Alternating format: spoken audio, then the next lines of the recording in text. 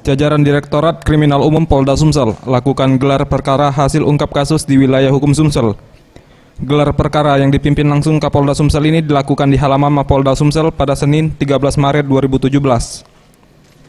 Adapun kasus yang diungkap oleh Polda Sumsel bersinergi dengan Polres-Polres yang ada di wilayah hukum Sumsel.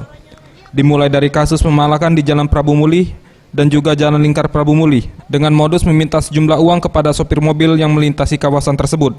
Dan dari operasi tersebut pihaknya mengamankan sejumlah pelaku pemalakan dan senjata tajam.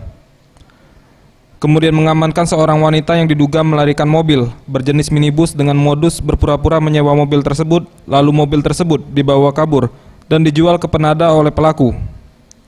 Dari tangan pelaku diamankan sejumlah barang bukti 6 unit minibus. Kemudian Polda Sumsel mengamankan 4 pelaku penggelapan dan penadahan dengan modus membawa truk karet di perusahaan. Lalu truk tersebut dilarikan dan dijual dengan harga rendah ke penadah.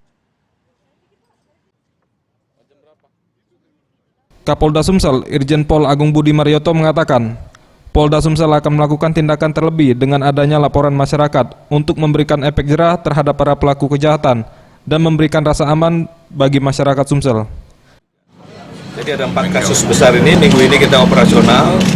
Terima kasih supportnya teman-teman media untuk bisa memberitakan supaya intinya tuh selain menginformasikan juga ada efek jerah bahwa kita akan tindak tegas seluruh pelaku kejahatan di Sumatera Selatan ini.